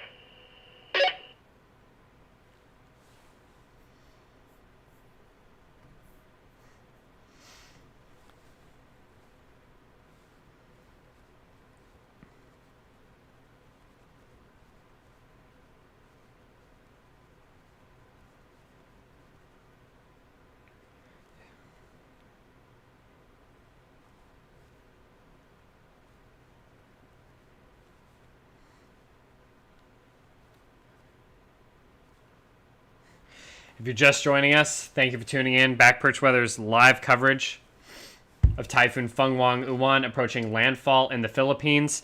And we are getting all sorts of different reports and footage everywhere from storm chasers and local residents of big-time waves here crashing up into the short little seawall in Baler Bay, in the Baler Bay area. Really, the whole Aurora coast, they are getting some of the most intense wave action right now, and I'm definitely thinking that they're going to see some pretty serious storm surge.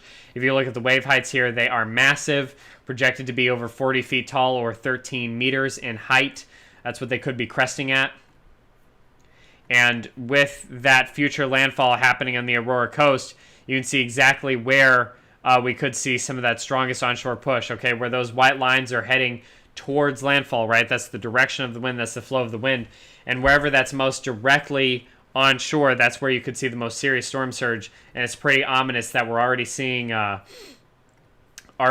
some huge waves and coastal storm surge footage coming out of the Baler Bay area. Does make me think that we're going to have some serious problems there. And then, of course, also getting multiple reports of inland flash flooding induced by rain.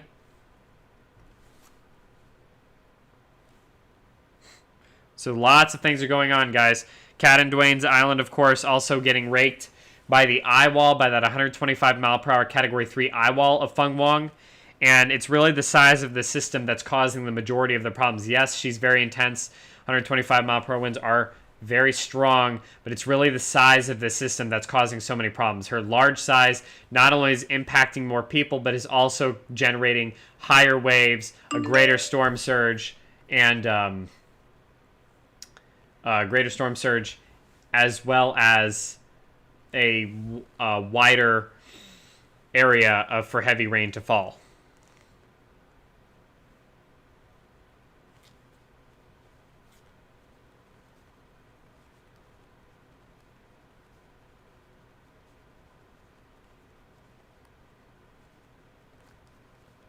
So real quick here, I'm going to post an update about all of this.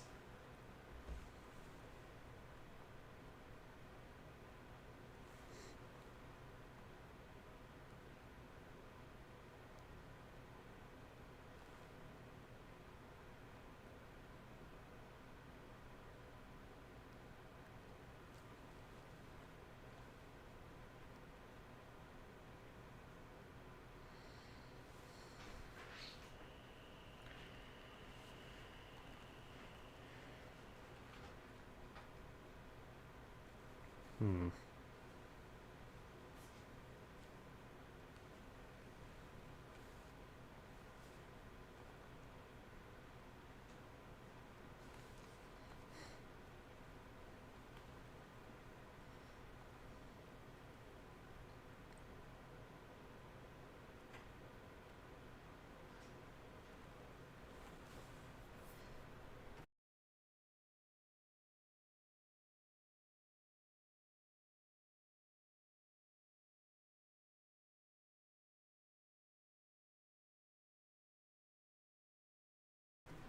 Set it there. Thank you very much.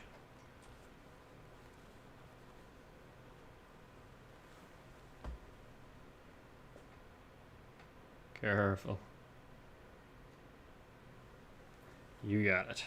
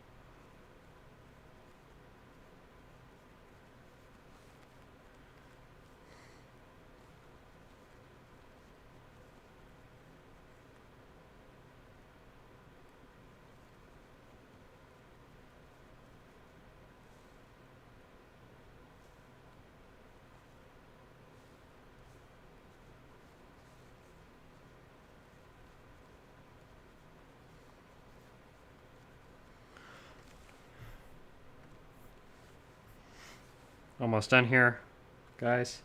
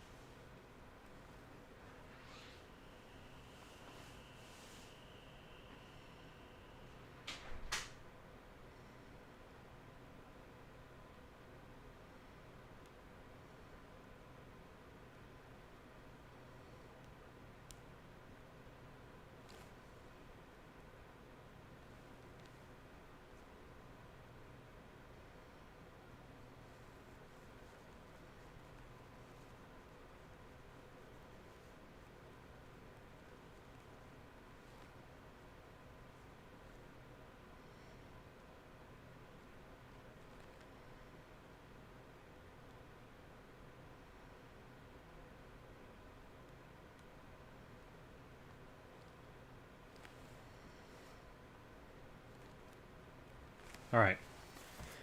Okay, so real quick here, MG with the question. Hey, can you compare Uwan and Haiyan 2013? Haiyan hit the Philippines on November 8th, 2013. Will history repeat itself? Well, I'm happy to report, at least in that context, compared to Haiyan, Yolanda, that no, history will not repeat itself.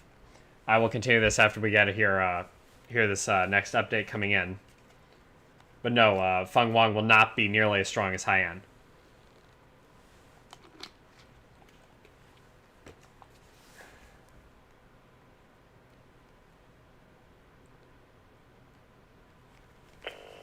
Post from that Philippine news agency.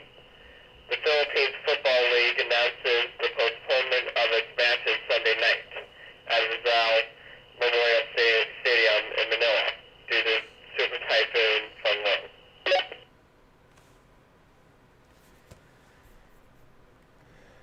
Alrighty.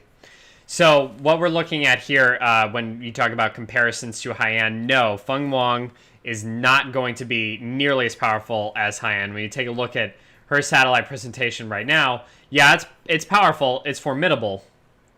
But let me try to remember. But here is what Super Typhoon Haiyan looked like 12 years ago today when she made landfall in the southern Philippines, and that is just a completely different monster. Haiyan, you remember, is one of the strongest tropical cyclones, we have ever seen on Earth, right? In the modern satellite era, okay? Haiyan was the ultra storm, 195 mile per hour winds, though they were probably higher than that. They were probably 200 plus miles per hour. A pressure of at least 895 millibars, maybe even a bit lower. And a satellite presentation there, as you can see, really the most perfect, symmetrical, and extreme satellite presentation you could ever imagine a tropical cyclone having. And when she made landfall into Tacloban City, which you can more clearly see on this loop right here, but this was the landfall in Tacloban City. Tacloban City right here. They got the northern eye wall directly. The storm surge that hit that city, in addition to the winds, was like a tsunami, a 20-foot-plus violent tsunami of water that literally just wiped away buildings in seconds. We're not talking minutes, we're talking seconds. This is all Haiyan, by the way. And this, of course, was Tacloban City before and after Haiyan. So they were just absolutely devastated by that storm, and Haiyan, of course, lives to this day. Really is the worst typhoon in Philippine history that you can point at since reliable records began. And with over 6,000 fatalities at least from Haiyan. And that might be an underestimate too. And as you can see, Tacloban was totally destroyed. So yes, same date, different storm, but Fung-wong is nowhere close to this. Fung-wong is squarely a Category 3, maybe, borderline Category 3, Category 4 system. Not some perfectly formed high-end Category 5.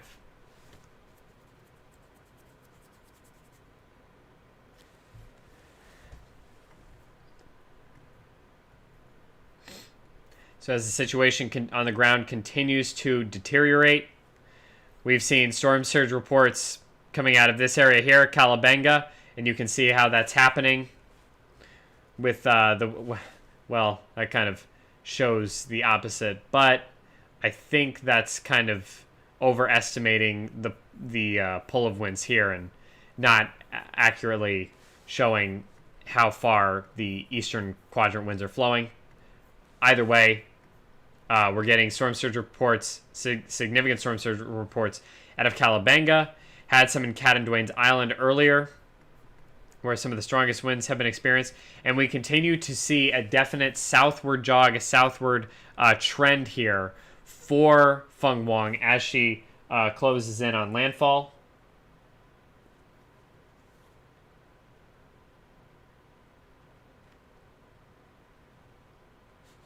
Continuing to see that south-heavy trend. So these islands right here, looks like they could get the eye wall, so that's not good. And then also it looks like areas like Gabaldon, Cabog, and Umaray could maybe get into the eye of the storm if these southward trends continue. Right now, my main focus is Baller Bay, specifically with the storm surge risks. No, it's not going to be a high-end storm surge, thankfully, but it still could be a very strong, a very deep and potentially dangerous storm surge, especially when it's being propelled by such violent wave action as we're seeing right now. You see how these waves are moving directly into Baller Bay and really just the whole Aurora coastline? That's where my main concern is, but also for the inland flooding as well. Asuka asking any insights on Tarlac City. So Tarlac City here looks like they're going to get a direct hit at this point. I think it's safe to say the Tarlac City is going to get a direct hit. So get prepared, be ready there.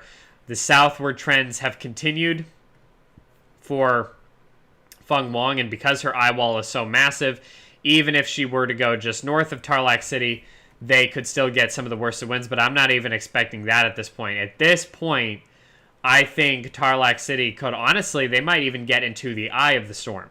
Now, she will be weakened slightly from her landfall intensity because Luzon is very mountainous, so Fung-wong will lose some steam by the time she gets to Tarlac City. But there's not really a ton of land there separating Tarlac City from the coast, so still some pretty serious winds and rain I would expect there at this point. Pretty much expect a direct core strike.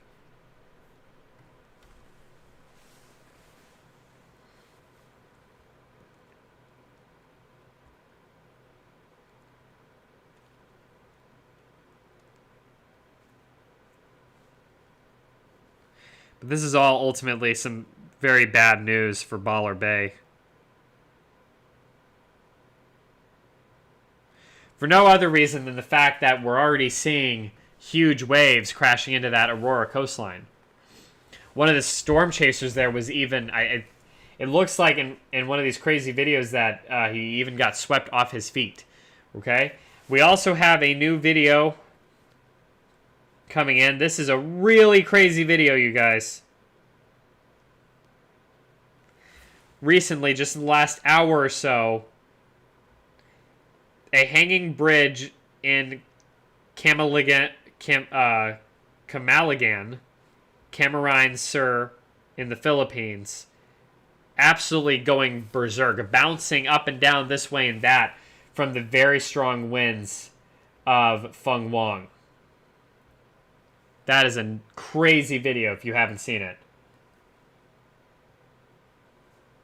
Whoa.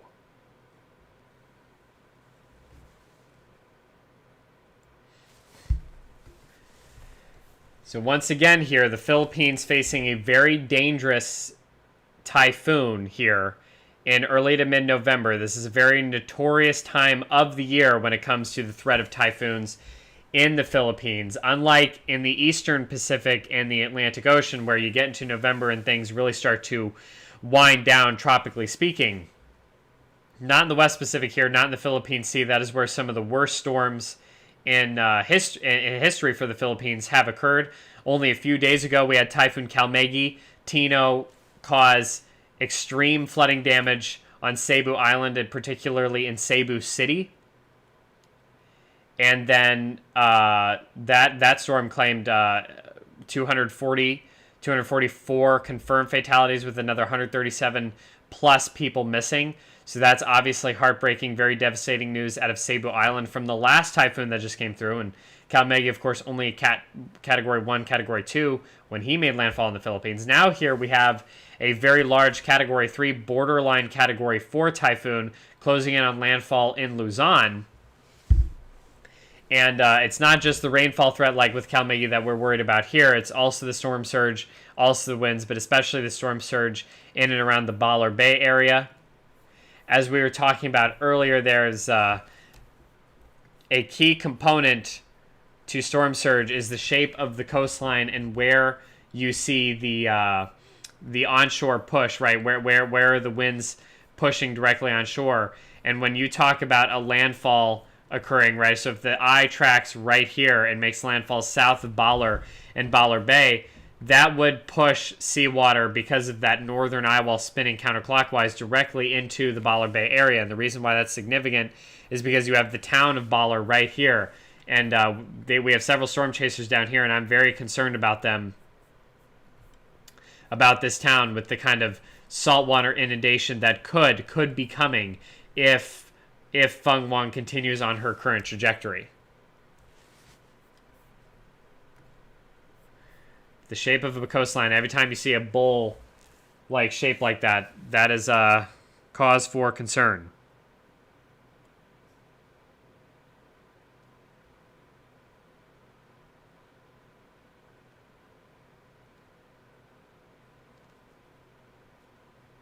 Even more flash flooding occurring. This one in Barangay, in the Albay area of the Philippines. It looks like the Albay area, which is right here, has seen some really serious freshwater flooding.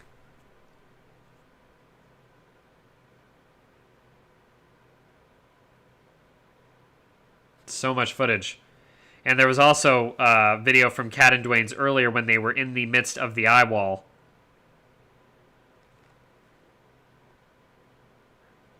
Showing almost whiteout conditions there. So this is a very strong Category 3. All indications are this is a very strong Category 3.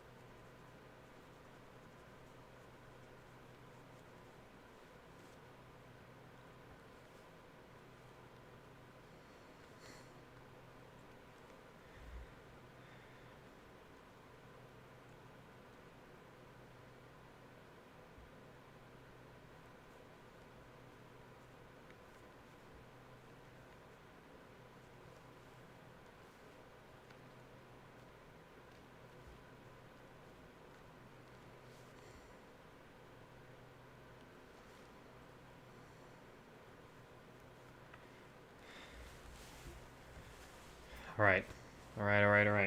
Okay. So the problem with large storms like this, also seeing some lightning bursts here in the south. What is this? The southwest quadrant of the eye wall. So a big overshooting cloud top here occurring. This is a very deep system, 949 millibars, and that's kind of swirling. Yes, it's a messy, opaque eye, but it's a very large eye. And we are continuing to see these southward trends. So honestly, Manila, watch out, guys. Watch out, because I think conditions could get pretty intense there as well.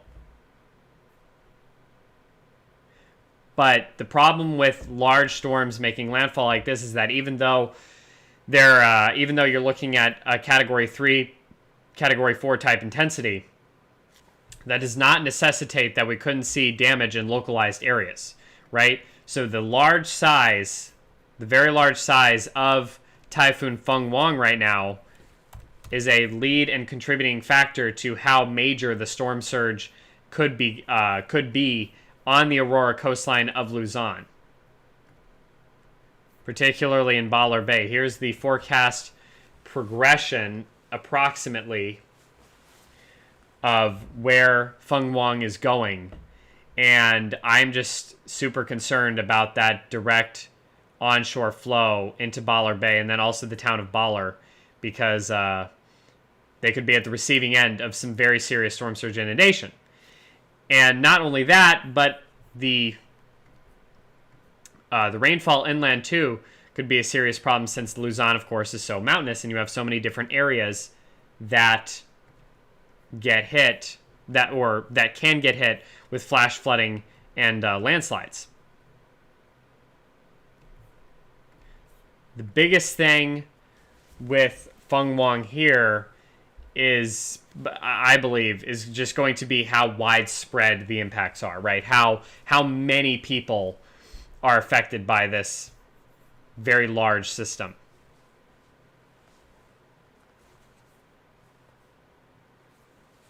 These islands in Calabarzon too, that initially thought maybe they would miss the eye wall. Well, the eye wall is about to hit them any second now, or well, any minute now.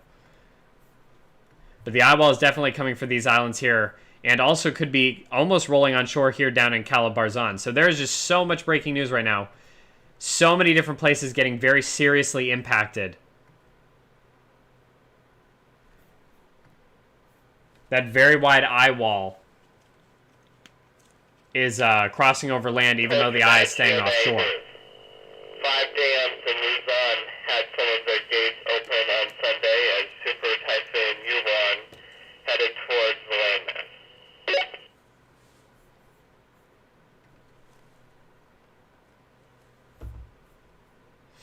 This is major, guys.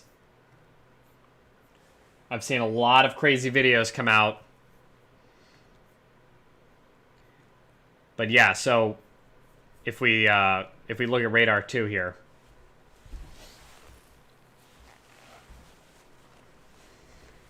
If we look at radar, the beams are somewhat obstructed by the mountains in the Philippines, but you can make out that eye wall, and you can see where you can see on the side that the radar can see best, right?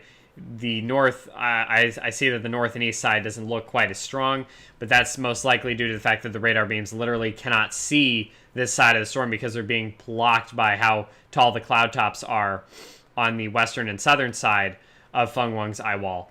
So you can really see how big and intense this inner core is, and that is really moments away from heading over these islands in Calabarzon, and then eventually we'll move on shore along the Aurora coastline in Luzon, which is where landfall is predicted.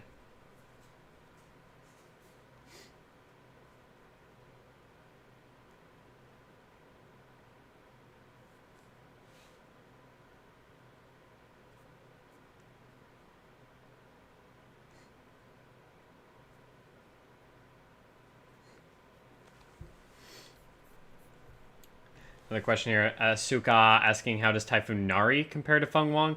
Tarlac City was the direct hit as well. Yeah, so Nari was, what, a Cat 3, Cat 2 at landfall? Basically, of a similar intensity, I would say. So in terms of wind speed, I mean, you can never tell for certain, right? You can never say with 100% certainty, oh, what a crazy view, that this typhoon impact is going to be similar or exactly the same as anyone in the past.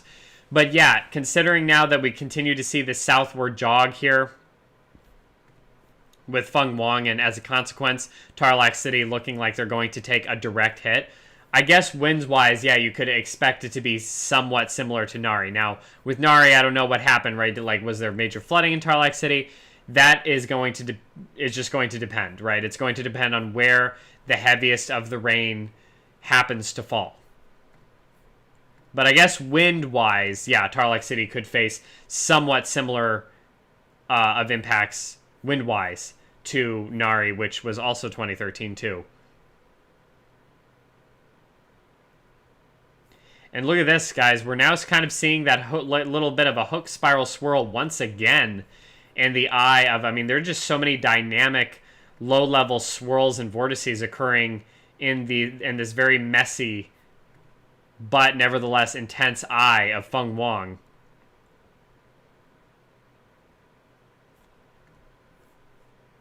But yeah, time and time again here, early to mid-November proving to be a very dangerous time period for the Philippines when it comes to typhoons.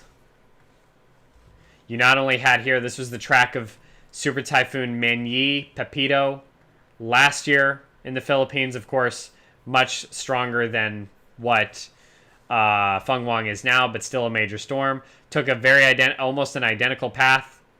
We saw Fung-wong earlier rake Catanduanes Island with her eye wall and then now she's aiming to make a direct landfall along the Aurora coastline in Luzon. Basically what Manyi did last year. Only exception is while Manyi was stronger, Fung-wong here today is much larger. But then you also, of course, this is really landing on the anniversary. So this is Super Typhoon Haiyan in 2013, landing on the anniversary of the worst typhoon in the Philippines history, which was Super Typhoon Haiyan right there, one of the most powerful tropical cyclones we've ever recorded, making landfall with winds of at least 190 miles per hour. Not expecting anything along this magnitude of impacts, but this, of course, devastated Tacloban City, over 6,000 fatalities. And then only a couple years ago, this was back in 2020, this landfall also occurred on Catanduanes Island. This was Super Typhoon Goni, or Raleigh, in the Philippines. And this was one of the, technically considered officially the strongest tropical cyclone landfall in world history. I think many people think that Haiyan was as strong or stronger, but either way, basically, same. And this occurred on October 31st into November 1st, so basically the same time frame. And then, of course, last year, at pretty much the same time, we had the insane and record-breaking 4 typhoon landfalls in the Philippines in an 11-day time frame. And I just want to play this because this is the second November in a row where the Philippines is getting major typhoon impacts. This time from Calmegi just a few days ago. Devastating storm, over 240 fatalities, and now we're really worried about Fung-wong's impacts here coming over the next several hours. Impacts already occurring. But here we see the 4 typhoons in 11 days, absolutely insane, last year at almost at the same amount of time. This is really an all-time satellite loop too, just showing all 4 of them. With Manyi Pepito right there at the end coming in with those last 2 landfalls, one over Catanduanes, one over Luzon in the Aurora area.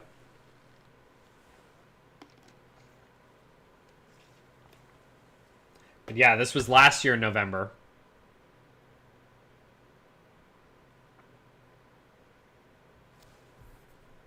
And so this really is a notorious time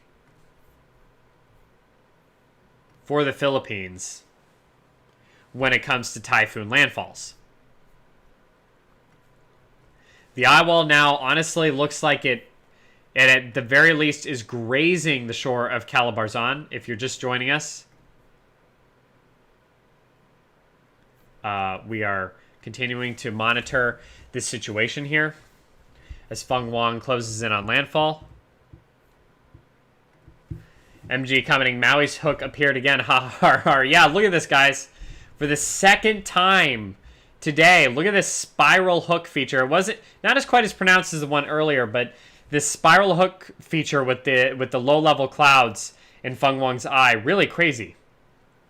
Also notice this exceptionally violent occurring in just the last few minutes, really. Look at this hot tower blowing up this really intense thunderstorm on the southern side of Fung-wong's eye wall. This typhoon has really been generating some extraordinarily cold and intense convection. You're seeing that again there. Notice the lightning, too. Those lightning strikes here in the last couple of frames. Wow. But yeah, the eye wall threatening to come onshore in Calabarzon now. These islands in Calabarzon, they are going to get hit with the eye wall, looks like. And it looks like we're on track for a direct landfall just south of Baler. And that is bad news for the town of Baler itself, but also Baler Bay, because we could see that direct onshore push of winds occur on that sort of that concave bowl-shaped area of coastline, which exacerbates and helps to funnel storm surge flooding. So that is really bad news on that front. And of course, we're already seeing widespread reports of flash flooding as in Catanduanes, in Legazpi City, in and around Legazpi City. And we're also likely to see flash flooding across Luzon as the rain there continues to get more intense.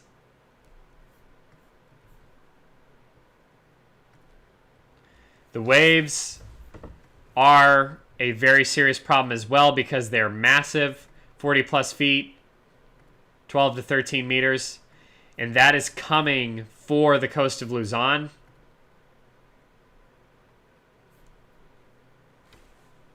Wow.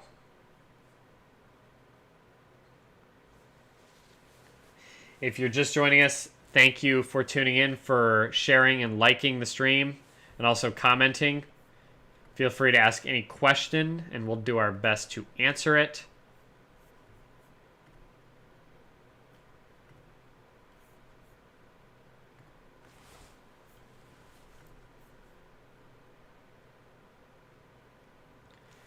But this is a massive Typhoon Fung-wong here, and that massive size is generating a huge storm surge risk, a huge storm surge potential, I would say, because we have not seen anywhere close to the highest storm surge that we could see. And I would 100% bet that that's going to happen in Baller Bay. If you go to our X feed at Back Perch Crew, you can see some, so there's some crazy footage out of the Al Bay area near Legazpi City of very fast-moving freshwater flooding. And then a couple of videos from James Reynolds and Josh Morgerman of huge swells, huge waves in the Baller Bay, Aurora area. One of those storm chasers actually got swept off their feet, said they got bruised by it. So that's how serious, that's how seriously powerful these swells are as they're coming in.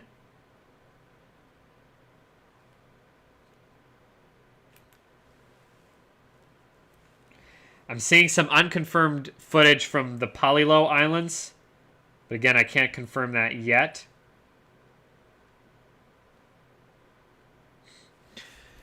So Palilo Island is, of course, here. And I'm seeing some unconfirmed footage out of there. But I'm not going... I don't know if that's real yet. But the bottom line is Palilo Island right now looks like they're getting into the eye wall because of this southward shift.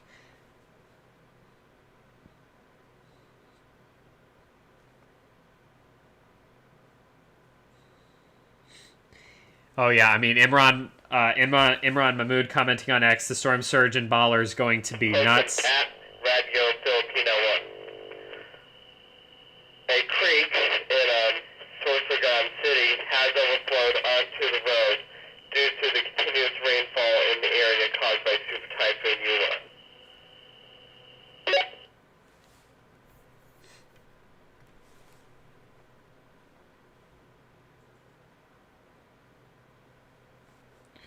Holy cow, here. Also a report here at the PNR Railway at the boundary of Maipan and San Rafael and Guinobaton Albay. So again, near the Albay area, that's where all the worst reports of freshwater flooding seem to originate. The Albay area near Legazpi City. Looks like this railroad bridge is almost tipped over. I mean, it is completely contorted by what looks like violent river flooding.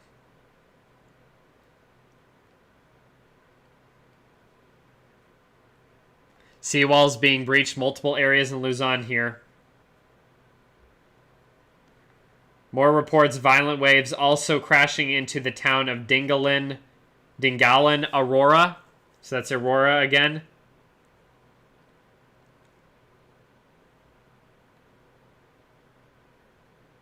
Man, the flooding is happening everywhere. Already, I'm worried that this Honestly, what I'm seeing right now, I'm already worried that Fung-wong here could actually end up being a more impactful storm than Man-yi last year, even though Man-yi was definitely the stronger storm. Wind in terms of the sustained winds.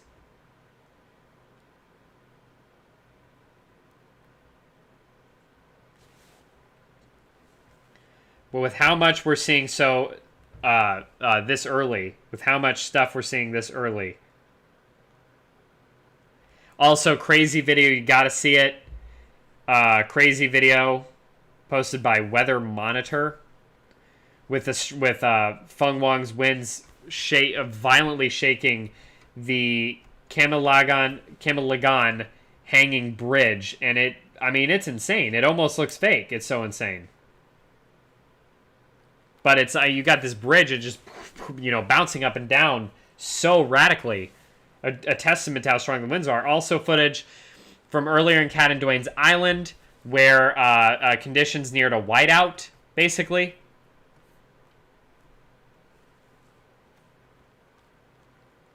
Wow. All right. And then some unconfirmed footage coming out of Palilo Island. Not 100% sure about that quite yet, but it looks like Palilo Island's going to get into the eye wall.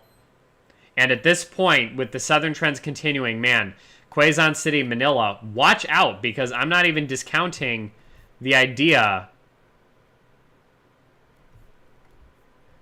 that the southern eyewall quadrant of Fung-wong might not affect you.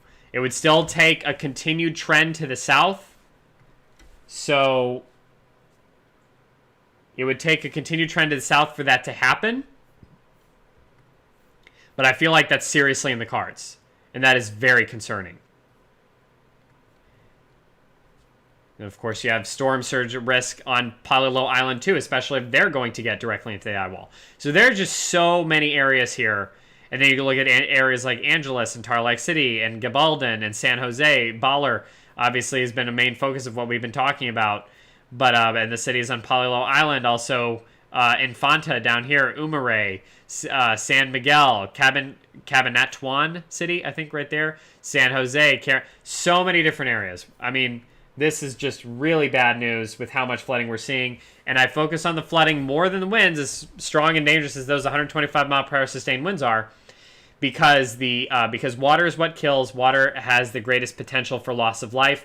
We just saw that with the devastation Typhoon Kalmegi caused further to the south over Cebu Island just a few days ago. And now we have the potential from both the saltwater and the freshwater front here with Typhoon Fung-wong Uwan. All right, so a bunch of stuff is happening, guys, but I think I'm going to wrap up this live stream here, but we are going to be going live again probably just a few hours from now. Okay, so we're going to be going live again on X and YouTube to cover the actual landfall of Fung-wong in Luzon.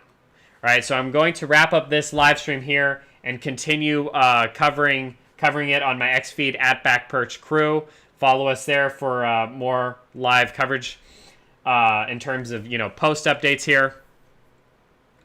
Grifter throwing in their giant water monsters. Oh yeah, this is definitely a giant water monster. Very large storm. But yeah, so we're going to continue posting updates and also reposting real-time damage, you can consider damage happening, aftermath damage photos of the aftermath obviously later, but all in all going to be reposting the footage and the reports that are coming out on the ground in these areas that are getting most strongly affected by Fung-wong as she comes in. And then we are going to be doing another live stream just like this here, again, both on X and YouTube in just a couple of hours now to cover the landfall. But stuff is getting really gnarly here, guys, in the final moments, in the final hours as Fung-wong approaches landfall. Another early November typhoon producing major impacts in the Philippines. And it is not looking good, especially for the Baler Bay area. Really concerned about the storm surge there. I don't think the short seawall they have is going to be able to fully protect them from what's coming. I'm just so concerned with the footage we've seen already. And again, this is mostly due to the fact that this is such a massive and large typhoon. Yeah, she's only a Category 3, but she is gigantic. And that is why these wave heights and these swells and the storm surge potential could be so massive. Oh boy, oh boy. All right, so we will be back. Join us again in a few hours, but thank you everyone here for tuning into this stream, for commenting, watching, liking, and sharing it. And we are going to see you again very soon here for the final landfall of Typhoon Fung-wong, also known as Uwan in the Philippines, in Luzon.